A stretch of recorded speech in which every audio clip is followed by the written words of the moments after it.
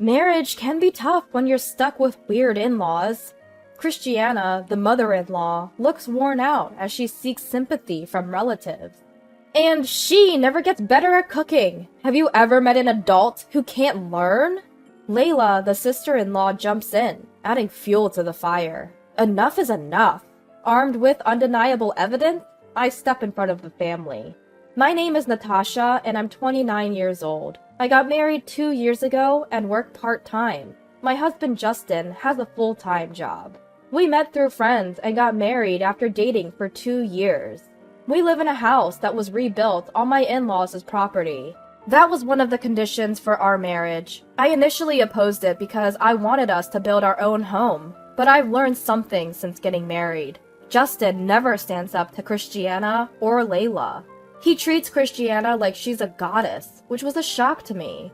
He tries to make sense of even her most nonsensical statements. Even when I suggested that living on the same property might be uncomfortable, Christiana shot it down. My opinions are secondary now, so we considered a two-family home. It would be cheaper to build and would save on utilities. But Christiana's selfishness exploded again. She insisted on living alone, complaining about hearing other people's noises, so we ended up building a small, separate house for her. I still don't understand why she was so against it. If anyone should be unhappy, it's me. She even refuses to install a shower in her place and comes over to ours every day. She insists on being the first to shower, claiming it affects her health otherwise. Every day I come home to find Christiana has let herself in and is lounging around after her shower. She even goes through our fridge like it's her own. She complains. At least keep some beer chilled for me after my shower. You're so inconsiderate. So now we end up having dinner together every day. It's like we're living together, except she has her own big room. But that's not the only issue. As mentioned before, Justin has a sister. She's quite a character and very different. Layla is still unmarried, and with her personality, marriage seems unlikely. She doesn't even seem like she could get a boyfriend. Layla is incredibly wasteful. She lives in an apartment 5 minutes away, but only works part-time. She says, "I'll quit my job when I get married, so why work full-time?" But I think the real reason is her obsession with a minor, unsuccessful idol. If you don't work part-time, you won't be able to take free time off. Even though it's a service industry, it's impossible for a full-time employee to take a day off every weekend. For Layla, these events are her top priority. She brags about being recognized at every event. She buys multiple $10 photos, and her room is filled with them. And that's not all. To keep up with her idol events, Layla always shops for secondhand designer goods at consignment stores. So she's always decked out in worn-out, outdated brands. Yet her pride is sky high, and she constantly looks down on me. I'm not into flashy fashion or secondhand items. Still, she snidely comments, "With your plain face, wearing those clothes, you'll just blend into the background." She's got a talent for backhanded compliments. Ever since I got married, Layla has been asking for stuff every time she sees me. Not just clothes and bags, she even takes photos against our home's walls to post on social media. She's a total show-off. She even asked to borrow my engagement ring for an idol event. I firmly refused. I can't risk losing it. What Layla and Christiana have in common is their high pride. Despite not having much income, they have expensive taste.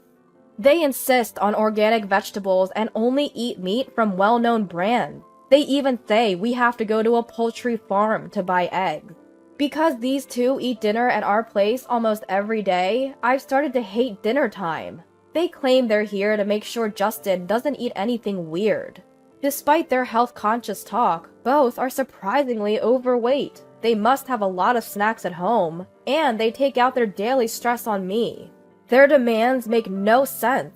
For example, they say, "Wash the curtains once a week! Dust and allergies will make us sick if you don't vacuum every day."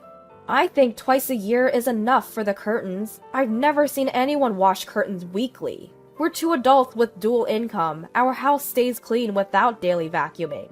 They just want to complain about something. And yet their own homes are filled with clutter. There's no way someone with a dust allergy could live in such a place. You might wonder why I married into this family. Simply put, Justin deceived me. He told me grand lies.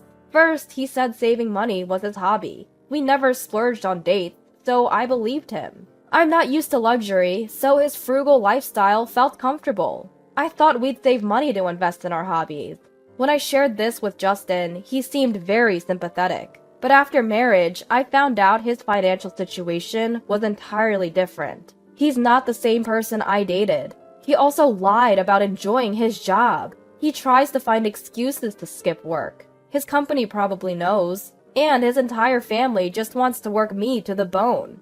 Here's the strange part. Justin told me to quit my full-time job when we got married. He said one condition of our marriage was for me to become a housewife. I was too excited at the time and lost my sense of judgment. I never liked my job, and I had always admired housewives. I saw posts from housewife friends who always kept their homes clean. I wanted to support my family in a sparkling clean home like hers. But once I started married life, everything was different from what I'd heard.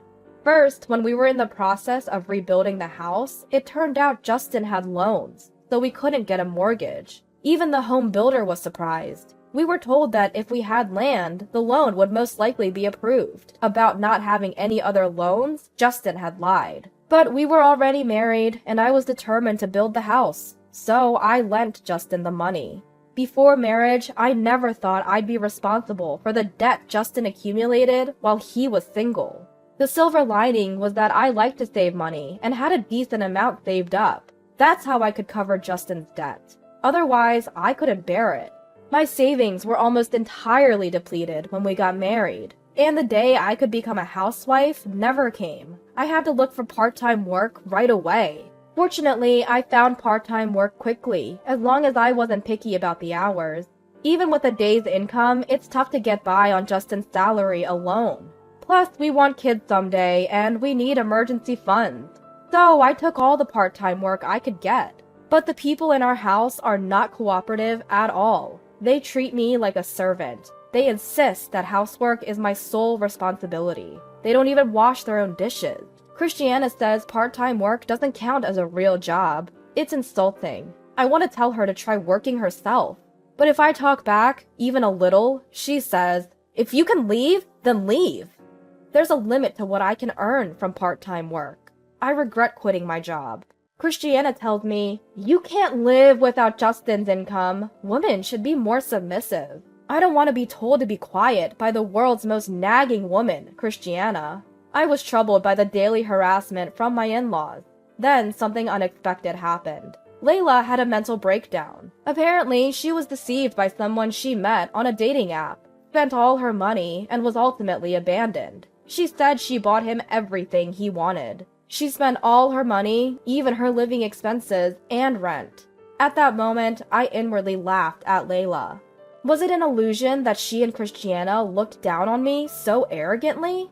But my laughter lasted only a short while. The impact somehow came back to me. Layla had always been living off part-time jobs. She earned enough for her living expenses, but she had zero savings. Well, she's working part-time, so what can you do? If she can't work because of her mental state, she can't pay rent. Not my problem. She should focus on reality instead of chasing handsome men. She's an adult. She needs to solve her own problems. Given this financial situation, a family meeting was held. Seeing Layla's grim face, I realized how scary illness can be. Christiana and Justin brought lots of Layla's favorite foods, trying to cheer her up. Layla is overweight, so she'd probably be fine without food for a few days. Then Christiana said something shocking to me. "Healthy people should work. Natasha, you should send Layla 1.5K a month." I was speechless. Why should I send Layla, who brought this on herself, 1.5K every month? I couldn't wrap my head around Christiana's unexpected suggestion. 1.5K is too much, even for sending money to a college student. It's ridiculous. Then even Justin chimed in. "Yeah, let's do that for now. If she doesn't have to worry about money, she'll get better quickly. Right now, let's just focus on her getting better." By the way, most of that 1.5K would go to pay off the debt she'd been accumulating on her credit card. Knowing that, I'm even less inclined to pay or lend her money. Whether she's genuinely sick or just acting, Layla is exuding an aura of unhappiness. If I send her 1.5K, it would eat up most of my part-time earnings. I refused, but the whole family blamed me. Even Justin said, "If something happens to my sister, can you take responsibility?" As if it's my fault she's unwell. Honestly, even if I refused, there's no more money coming from my in-laws. In the end, I had to send the money. Christiana and Layla still don't help with any housework. I wake up at 3 a.m. every day to finish all the housework before going to my part-time job.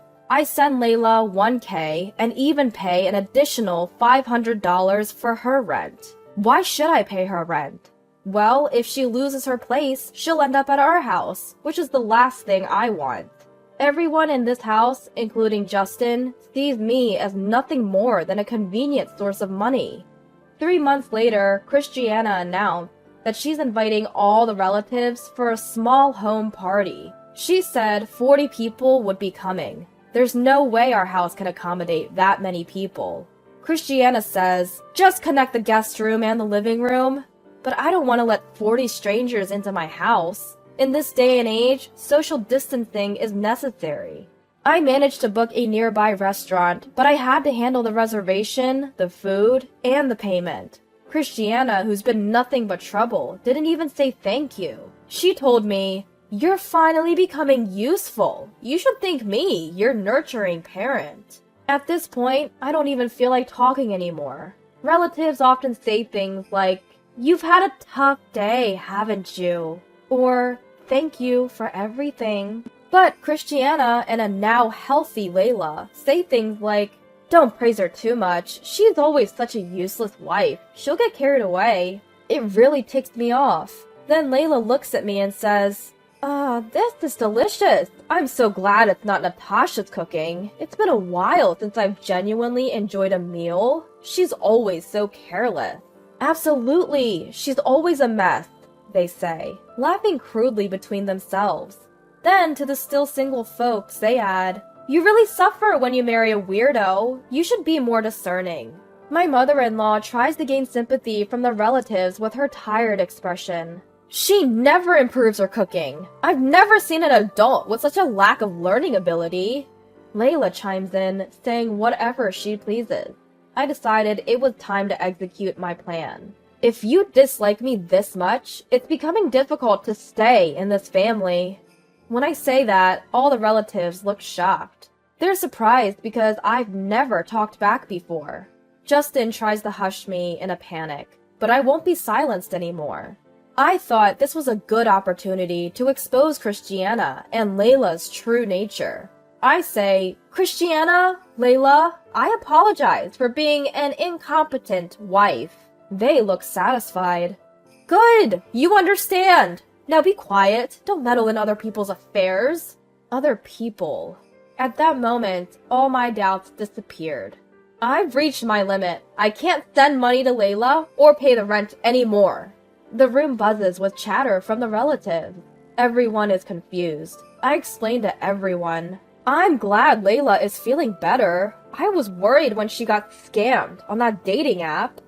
Christiana desperately tries to silence me, but it's too late. The relatives won't let it go. They all want to hear the details. I tell them how Layla got scammed and became depressed, how I was sending her money, and how I was the only one doing housework because my family wouldn't lift a finger. The relatives are all extremely angry. First off, it seems like no one even knew Layla had a part-time job. She had everyone believing she worked at a big corporation, so you can imagine the shock. Why aren't you working then? Why are you so broke? Questions started pouring in from all the relatives. Seems like she couldn't lie anymore, so she started to spill the beans. When she tried to say she wasn't working due to health reasons, I had to correct her. Come on, stop lying. You're just living life around your failed idol career. Layla glares at me. Justin steps in. Enough! She's finally getting her spirits up. But I know she's been fine for a while. I know she's been attending idol events every day last month. It's infuriating to see her take photos with random guys for $10 each, all on my dime. I exposed everything, from her reckless spending to her debt and the mysterious money transfers. Then Layla starts fake crying, claims I've been bullying her and Christiana. I couldn't believe the audacity, but I had prepared for moments like this by gathering plenty of evidence. When I played the audio of Christiana and Layla bullying me, the whole family was in an uproar. I then announced my decision to divorce. I also told them that I had already packed my bags and was ready to leave the house. My husband was both shocked and angry. He probably didn't like being called out in front of everyone. The relatives were furious with my in-laws, saying, "This is totally different from what we've been told." Their support boosted my confidence. Although my husband was angry, the relatives backed my decision to divorce, and it was finalized without a hitch. We're not a wealthy family, so I couldn't expect any alimony or property division.